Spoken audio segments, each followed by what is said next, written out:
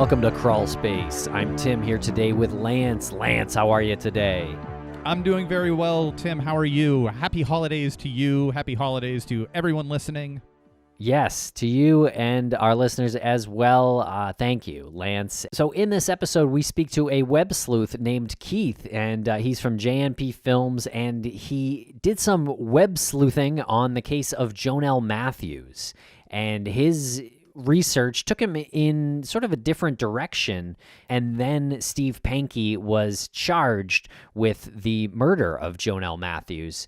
That's correct. And for those not familiar with Jonelle Matthews, she was born on February 9th, 1972, and her presumed date of death was December 20th, 1984. She was not discovered until July 25th, 2019, and she was from the town of Greeley, Colorado. And this conversation that we have with Keith is really part exploration into the case and part exploration into his technique, coming from a background not of detecting, like some of our listeners out there. This is definitely an exploration into citizen detecting, citizen sleuthing. And Keith's research had mostly been done before Steve Pankey was arrested and charged with the murder of Jonelle Matthews, which happened in October of 2020. And Jonelle Matthews was born on February 9th, 1972, and her presumed date of death was December 20th, 1984, where, again, they presume that she was kidnapped from her home after a school Christmas concert in Greeley, Colorado. And like you said, Tim, her body was found pretty recently, just about a year and a half ago, July 25th, 2019, by an oil crew digging for a new pipeline in a field about 18 miles away from her home in Greeley. Okay, I hope you enjoy the interview with Keith. Follow us on Twitter at CrawlspacePod. We're on Instagram and Facebook as well. Thanks a lot for listening, and Happy New Year.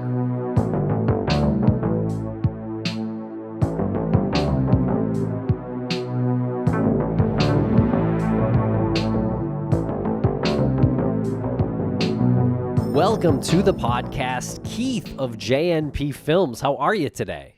I'm doing good. How are you doing? We're doing fantastic. So good to have you on. It's been so long. You came to us weeks and weeks ago, sort of mid 2020, mid pandemic, with your information on the murder of Jonelle Matthews. You did a lot of research on it, and it's been a long time coming. So we appreciate you taking the time out of your day to join us, and we want to talk to you about Jonelle's case, but also the work you've done, like in the whole citizen detecting world. Yeah, I got really interested in it when I read about her when they discovered her remains back in July of last year. Okay, so how long have you been researching Jonelle's case? I've been looking into it pretty hard for about the last year and a half. Okay, and why are you Keith from JNP Films and not using your last name? Well, I'm a little afraid of pissing off the cops, because I did get a nasty phone call from them when I was doing some of my investigation. So the sensitivity of the fact that it's in trial, or it's going to be going into trial. Right. Okay. So you started doing your research after Jonelle's body was found. We heard from you. We had a conversation about it. Then Steve Pankey was charged with the crime. Yeah, he became a person of interest, and then over the course of the last year, they finally indicted him, and now he's just sitting in jail. So, okay, where does that leave you with your research? Was he the person you thought could have been responsible? Actually, no, I didn't believe that there was any chance that he was the guy. I just felt that he was just basically too nuts, and couldn't have pulled off something like this and gotten away with it for 35 years. Plus, he had no real connection to the Matthews family that I knew of anyway. And so I just didn't think that there was any chance it was him. So I was doing a lot of research trying to find an alternate suspect. Well, this presents a really unique opportunity for people to witness a type of citizen detecting. You really hadn't looked into any other case in the past, is that correct? Or have you had other cases that you've looked at? No, I wasn't even into true crime at all until I just found this case. I kind of just stumbled into it. That's interesting. And what do you make of Steve Pankey's connection to true crime podcasting with his contributions to Patreon accounts that cover this case? Well, he's apparently been interested in a lot of different stuff. Now, I know he's been obsessed with the Matthews case from the beginning, since the day she disappeared. So I don't think it's necessarily unusual. I mean, I'm obsessed with this particular case, but that doesn't mean anything.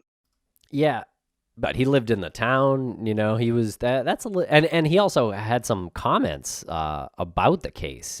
It was apparently on the police radar for years. That was a surprise to me. Yeah, because he's always been inserting himself into the case since basically since the day it happened. But he wasn't considered a suspect until 2 years ago, 2018. And where did you source that information from? Oh, that's right in the when they announced the indictment, district attorney, I think, or whatever he's called, when they had their public announcement meeting for it, he said that he wasn't even on the radar until 2 years ago. I was gonna say they've known about him, but they didn't consider him a person of interest until about 2 years ago. And I have a thought on that too. Okay, yeah. Hold that thought. I have a question that I don't want to forget. Does any of this make you nervous? This being your first case, you started getting into true crime because of Jonelle Matthews, and then you just said yourself that this is something that you would consider being obsessed with, right? This is an obsession for you. I think it's probably a healthy obsession. I think trying to do something right and trying to find justice for a girl like this and her family seems like your heart's in the right place. But does it make you nervous at all that some other case might come along, or you might hone in on a person of interest of your own that may not deserve that sort of scrutiny? Is your process something that makes you feel comfortable? Well, that's exactly it. I mean, because the person who I have a person that I suspected, and of course, I don't want to point at somebody that might be innocent, because I can't find any concrete proof that would confirm my research. I mean, the research I did kind of points in one direction, but that doesn't mean I'm right. And did you submit that research to the police? I tried to, but at that point, they're laser focused on Steve Pankey by that point. And did they tell you that? No, not in so many words. They basically just dismissed what I said. They said, we can't look at everything that a citizen sleuth presents to us. Do you feel comfortable telling us what law enforcement agency you submitted this information to? The Greeley police, primarily, because they're the ones that were handling it. I tried going to the Weld County, but everyone just points back to Greeley. What was this information that you gave to them? Was it documents or was it sort of a, I guess, handwritten theory that you had? Well, there's a lot of internet research that I've done, maps and other online information that I was able to procure that I sent. Well, I tried to send it to them. They never even really looked at it. And they told you that? Yeah, pretty much. Yeah, if you don't mind, let's talk a little bit about the case, because Jonelle was she was a missing person for years, really decades, before she was just found. Yeah, 35 years. Right. So up at approximately 9 p.m. on December 20th, 1984, she went missing. She was dropped off at home by a friend and her friend's dad, and she was home alone in the house. Is that how it worked? Yeah, she got dropped off home alone. Reportedly, the garage door is about halfway open. They watched her go in, saw the lights come on, and they took off. And she was home alone for approximately an hour. She got dropped off around 8:30. Her dad got home around 9:30 and didn't notice that she was missing at that point because it looked like she was there. She had set up a space in front of the TV, a space heater, so you could tell that she had been there. And then so he left. According to a interview he did on another podcast, he then was wrapping Christmas presents. And then her sister got home about a half an hour later. By that point, he started to notice that she wasn't around. And so then he asked Jennifer, her sister, if she had seen her. And at that point, they both realized that she was gone. And they were coming back from a school event, correct? Jennifer had a basketball game, and her dad had been there and left. I assume when the game was over, and then Jennifer had driven herself, and then came back a little bit later. And were there obvious signs of struggle, or they didn't notice anything? No, there was no obvious signs of any type of struggle inside the house.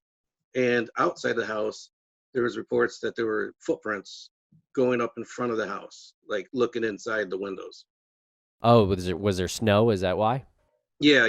There was a inch or two of snow on the ground. Okay, and Jonelle was 12 years old when she was abducted. Was she killed the same day that she was abducted, or was there a period of time where she was kept? They assume it was the same day because she was dressed in the same clothes. It's possible she was alive, but I don't think so. Especially if it was Steve Pankey who did it, because I mean he had a family and he had to go home. So I would consider it unlikely that she was alive past that night. Yeah, so Jonelle was found in the same clothes she went missing in? Yeah. Wow. Okay. Yeah, and her body was discovered on July 25th, 2019 by an oil crew about 18 miles away from her house? No, it's about 11 or 13 miles. Okay. What was it about Jonelle that got you interested in this? Because I'm sure you'd seen other cases come your way, or just like on the news or in headlines. The biggest thing that caught my attention was some maps that I'd seen in the news article that came with it. Other things that caught my attention was that she was the same age as I am. And as I did more research into it, there's just some various similarities. So, for example, we were both adopted. She was Hispanic, and then I'm also Hispanic. And, of course, we're the same age. So all those things just kind of, and I think, because she was one of the original milk carton kids that put her face on the milk cartons. Right. It might be a false memory at this point, but I swear I've seen her picture on the milk cartons. I mean, I probably did. It seems like it looked familiar. Yeah, so that would have been in the mid '80s that her face was on the milk carton. So I mean, I would imagine that you would have seen it, and it's probably in there somewhere. It's probably not a false memory, because those things were everywhere. Those were on like literally every milk carton. Yeah, I remember them specifically at school during lunch, seeing them on the side of the milk cartons. Well, again, I want to get back to the citizen detecting, because you don't have a background in investigating, right? You're an Army veteran, is that correct? Yes. And what do you do professionally, if you don't mind? No, I'm a machinist. I make small, high precision auto parts. Right. So this is a trade that is pretty removed from investigating cold cases, probably as far removed as Tim and I were before we started doing the podcasting. I'm just curious. I'm like endlessly fascinated by people's approach. And did you use any of your experience in your current trade, being a machinist, in this, or maybe something that you learned in the Army? Did you take any of that to apply to this? Yes, to a certain extent. I was fascinated by maps even as a kid, and in the Army we did land navigation training, and I was really good at that, map reading and looking at terrain features, and being able to apply, just seeing details in maps. And have you ever been to Greeley, Colorado? Do you have any connection to the area? Beforehand, no, but I have been there since. Oh, cool. You went there because you were investigating it? Yes. Yeah, tell us a little bit about that. I actually went out to the field where she was found. When did you make that decision to go to Colorado? And was it part of any other trip, or was it specifically for this? It was specifically for this. I did some sightseeing while I was in Colorado, but that was I went there specifically to investigate the field. When? This was last year, about October. And what'd you find? What was it like? Well, the field is vastly different than it was when they found her. I can get into more detail when I show some pictures and stuff, but I had this theory that if somebody was as capable of killing a 12-year-old girl and burying her out in the middle of the field, then they're capable of doing it again. And it would seem logical that if they got away with it the first time, then they might put another body in the same general location. And so I did a lot of satellite research, looking at Google Maps and Google Earth, and I had found a location where there was a disturbance that was visible over a 10-year period. And so I went out there with I was convinced that there was another murdered dead body there. And so I went out there with a shovel and dug a hole. Wow. Okay. That's compelling. Obviously, I didn't find one, though. Right.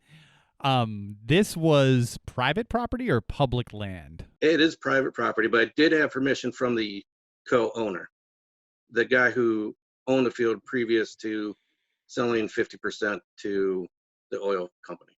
Gotcha. Okay. Tell us what the process was there, because there's a bunch of people out there who probably want to, have tried to, or will make plans to do something similar as they look into independently a cold case. You know that you want to go dig that up because you suspect there might be another body there. So step one for you is to do what? Contact the owners or buy a shovel? Well, before, I did all the internet research first, and then I did make contact with the owner to get verbal permission to go out there into the field. I did not contact the oil company, though. Okay. And you spoke to the owner for a while about what you thought? Yeah, we talked for probably about half hour to an hour. How does that conversation go down? Do you introduce yourself and then say this is going to sound like a strange request, or how do you breach that topic? I told him I was doing research for an independent investigation on the case, and he's an older gentleman. He's in his 80s now, so he pretty much just didn't care. I was asking him general questions about himself, and just some. Because I do hope to do a podcast on this at some point in the future. I was asking him some, information about him, his family, and the field itself. And had the police searched the rest of the field for other crime scenes or anything like that? I don't know how extensive of a search they did after they found her, or if they were, I don't know. So the landowner didn't discuss that with you? He probably doesn't know. But they recovered Jonelle's body from his property? Yeah, yes. He knew about it, but I don't know that they really asked him any real questions about it. He had owned the property the entire time since '84? No, it was originally, his grandfather died in '74, and then it went to, I believe, his mother, and then it eventually went to him. I'm not sure what year. Gotcha. Do you still believe that there is other bodies out there that were the victim of the same perpetrator? I think it's very possible. Yeah, I guess I'm curious, what the area was like. I know you said it probably looked a lot different from what it looked like in the '84, but how and why was that area chosen, in your opinion? I think whoever did it had to have had a connection to that field. I don't believe the choice of that field was random. No, it could have been a random choice, but it just, where her body was put doesn't feel random. Do you believe that the abduction itself was random, or was that premeditated to some degree? I think it was an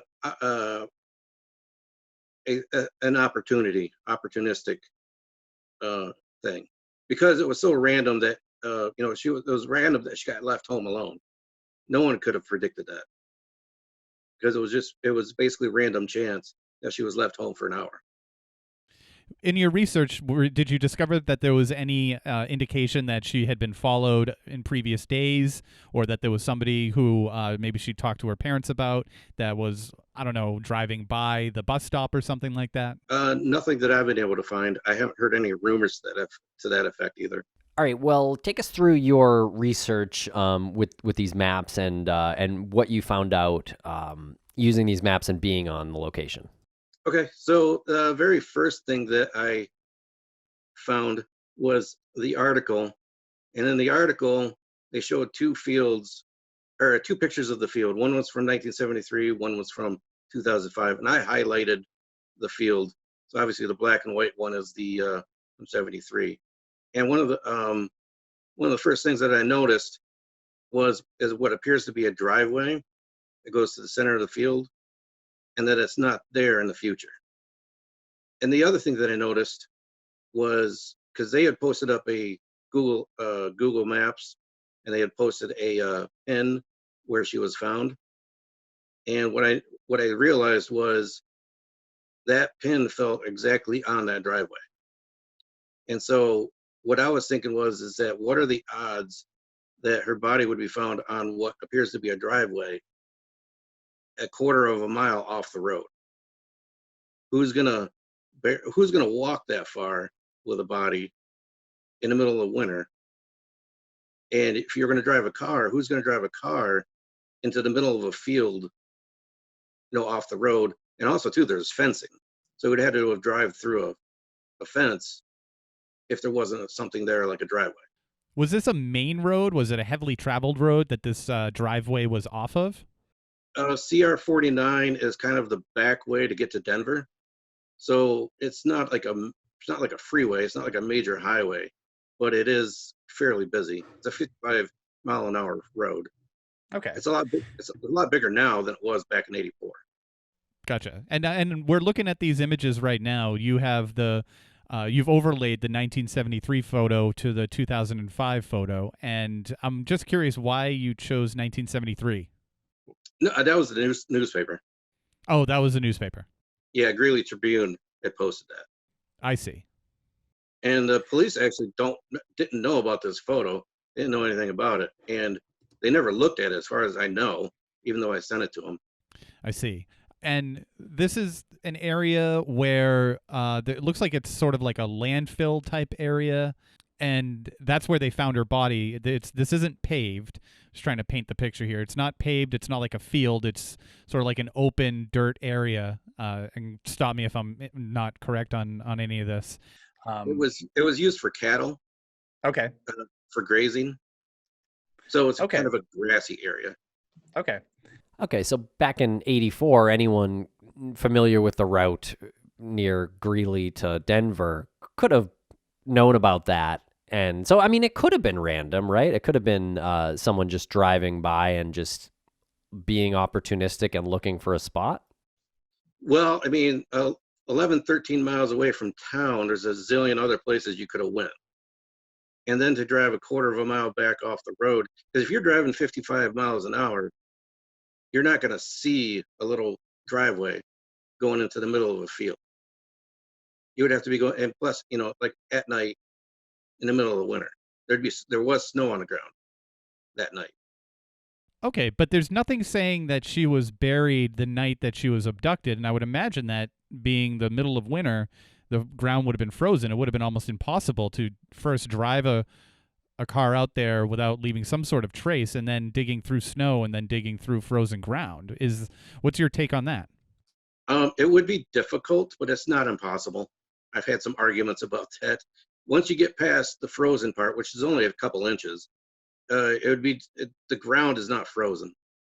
So the difficult part is getting through the upper frozen crust, and then after that, it should be relatively easy. It wouldn't be any more difficult than digging a regular hole, except for it's cold outside. Now, stop me if I'm trying to delicately word this. I don't know how to ask this question, but I feel like it's kind of hard to put yourself in the position of the killer, like try to assume or think about why they'd choose a spot or not choose a spot. You know what I mean? It's so like the person abducted someone and killed a little girl. Like there's no rationale there. Yeah, I mean, it would basically, it's completely random. As far as my theory is that the choice of her was, again, just an opportunistic thing. The location, I believe, once you've killed somebody, you panic mode. What am I going to do with this? And it would be a lot easier to throw a body into a river, or. But I'm sorry to interrupt, but how do you know? How do you know what it's like? How would you know someone panicked? Well, I'm figuring. I mean, if I did something like that and it wasn't planned, panic mode's going to set in. What are you going to do? And it would just be a lot easier to to throw it in a river or throw it in a ditch. I mean, you read a lot of cases now, that's usually what they do. But if you're going to take the time to go get a shovel and dig a hole in the ground, that's a lot of work. And why would you pick just a random location? Because the bigger thing is if you're going to bury it, you don't want someone to find it.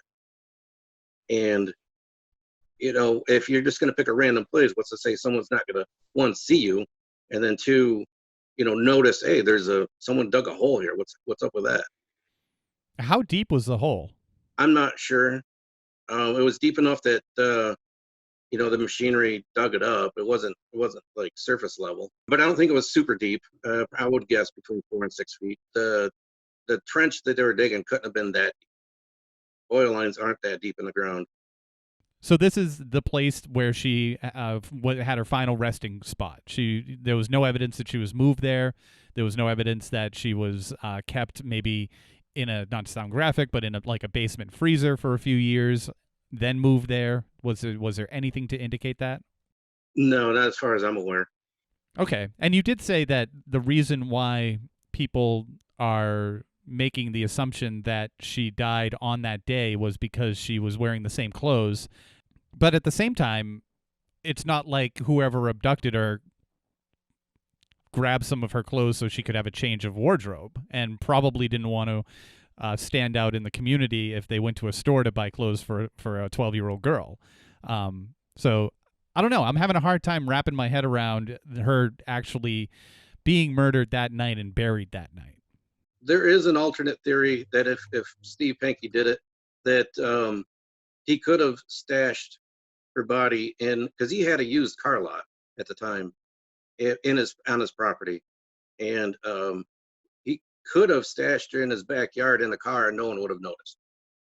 Right, because he wasn't on the radar at all then. Did he have family around or anyone else who lived with him at that time? His wife and kid, and I believe his father-in-law was in the area, maybe in Greeley, I'm not sure. But he's not from Greeley. He lived in California and a few other states. I believe he was in California for most of his childhood, I think. I'm not super up on Steve Pankey because I never thought of him as a suspect. So my research is, I got some catching up to do. Okay, without naming names, you do have a person in mind that you think is a much better suspect. I don't know if we could even talk about something like that without getting into some hot water. Yeah, how do you? A little delicate because of the pending trial, I'd say.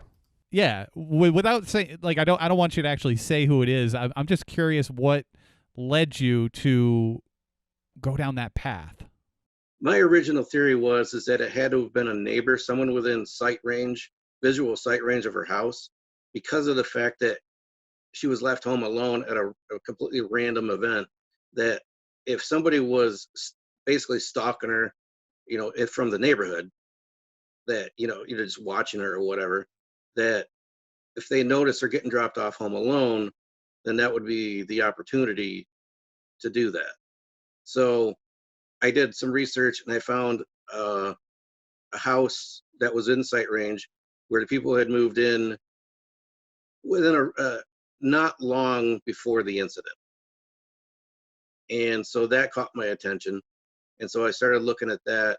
And what I found out was the owner of that place had previously worked for an oil exploration company in the 50s and 60s.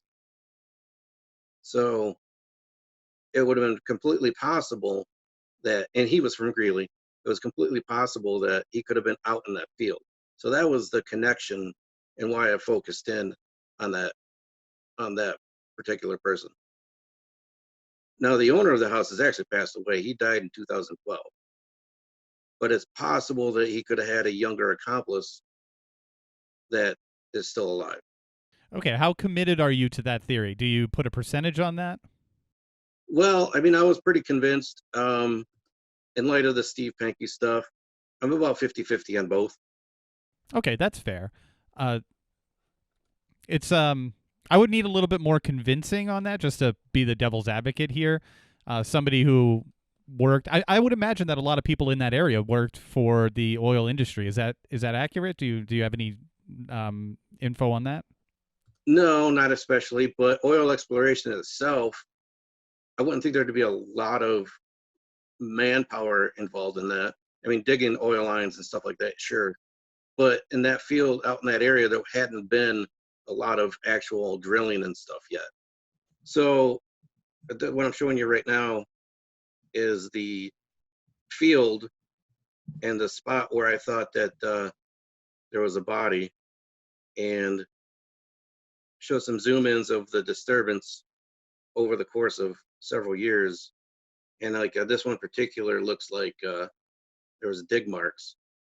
Like I said, it's over a course of about 10 years, and it's always there. So it's like kind of like a little blemish in the ground, almost like a scar. Yeah. Okay, and so it would appear that there was some ground disturbance, right? Is that what you gather? Yeah, and that's why I went out there to dig a hole there. But what I discovered was when I got out there, it doesn't look anything like it did just 2 years ago. Yeah, so the yellow pin where it says dig site is where you digged, and then obviously Jonelle's site is kind of on the other side of the little yard there. Yeah, and when I went out there, they were actually building a fence, but they hadn't completed it yet. So I went inside the perimeter of their oil field there, and I was digging a hole, and they drove by. They saw me, and they were eyeballing me pretty good, but they never came up and said anything.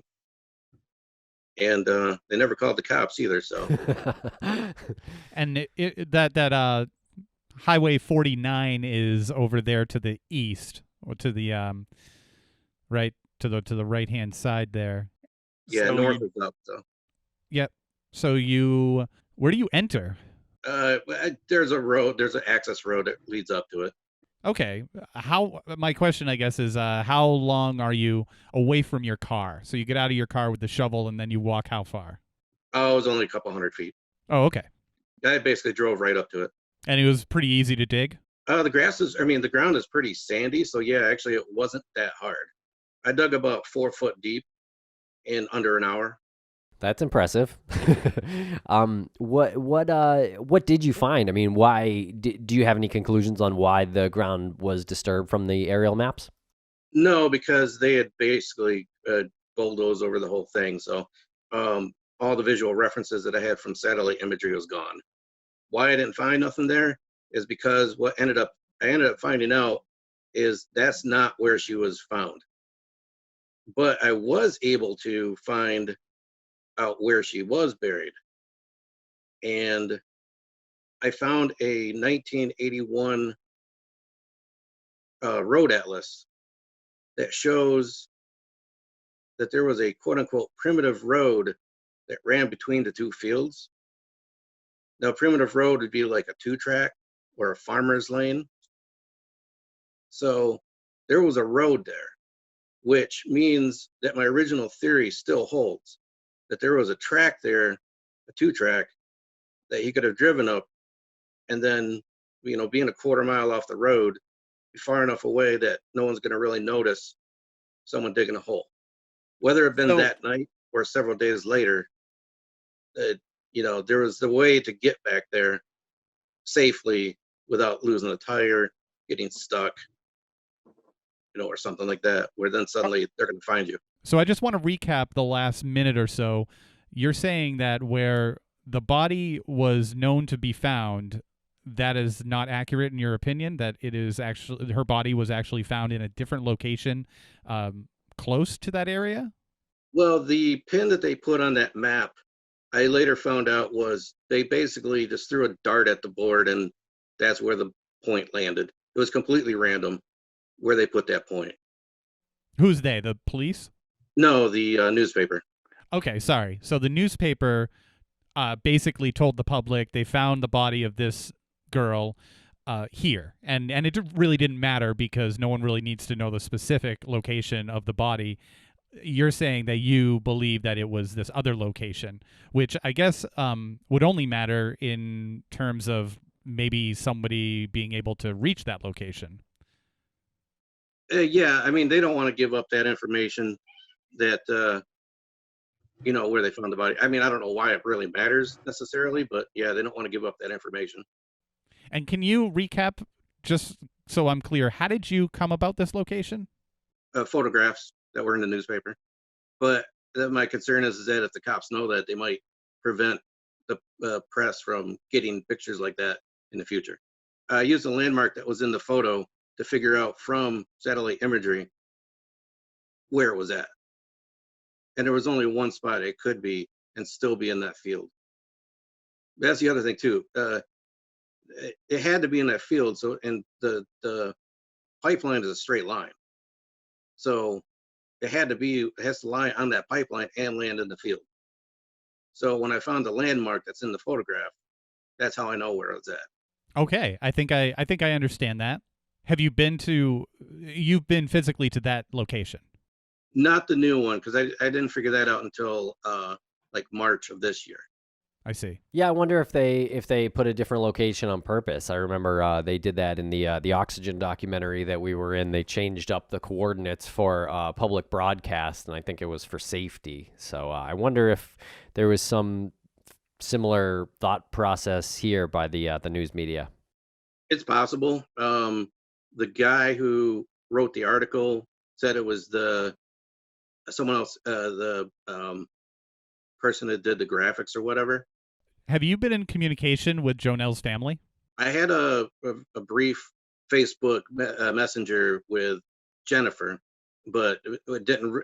I was just asked a couple questions if she knew Pankey or the other person who I thought.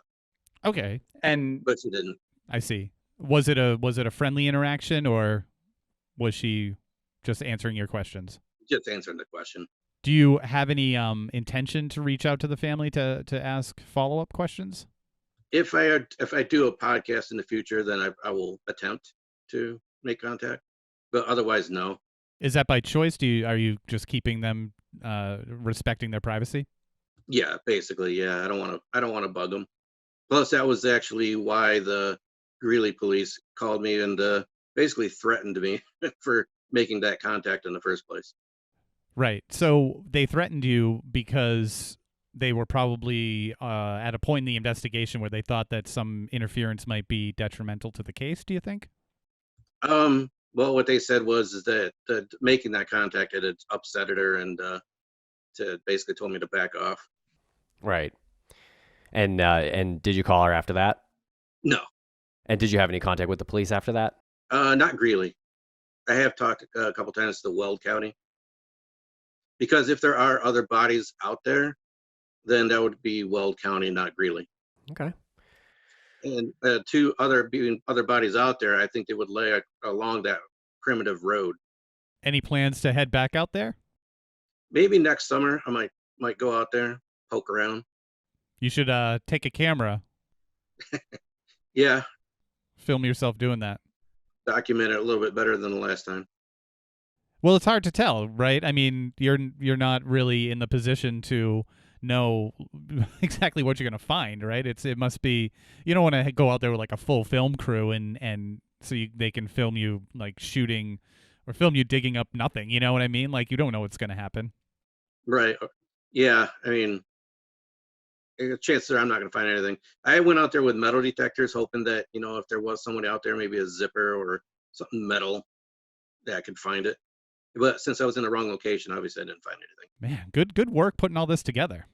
Yeah, I've spent hundreds of hours looking up all this stuff. The internet research, it's slow trying to find, road maps and stuff like that. Because you don't know where to look to find all this stuff.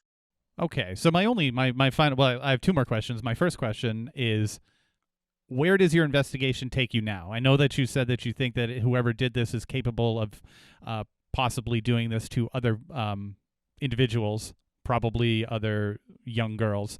Have you looked into any missing children in the area around that time period or since or before? Yeah, I did look at some cold cases that are out of Colorado. I didn't see anything that like rang like, oh, that looks super specific. Other than there was a college girl who was murdered, I think within 2 weeks of Jonelle.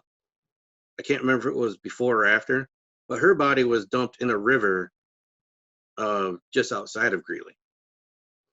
So the time period is really close, but the MO is different. She was, I believe, 19 or 20, something like that. Okay. And when was that? You said the time period was close? Yeah, it was like within a week or two. I see. Okay. My last question is, what does JNP stand for in JNP Films? The original name was Just Another Production, but I shortened it up to JNP. I did a web series a few years back, and then currently I'm working on a horror. I'm trying to make a feature-length horror film right now. What's the plot of this? Basically, a crazy, insane guy trying to find a partner to go around killing people. I consider it kind of a cross between Hostel and Silence of the Lambs. So it's an 80s style slasher flick with a psychological twist. Fantastic. Best of luck with that.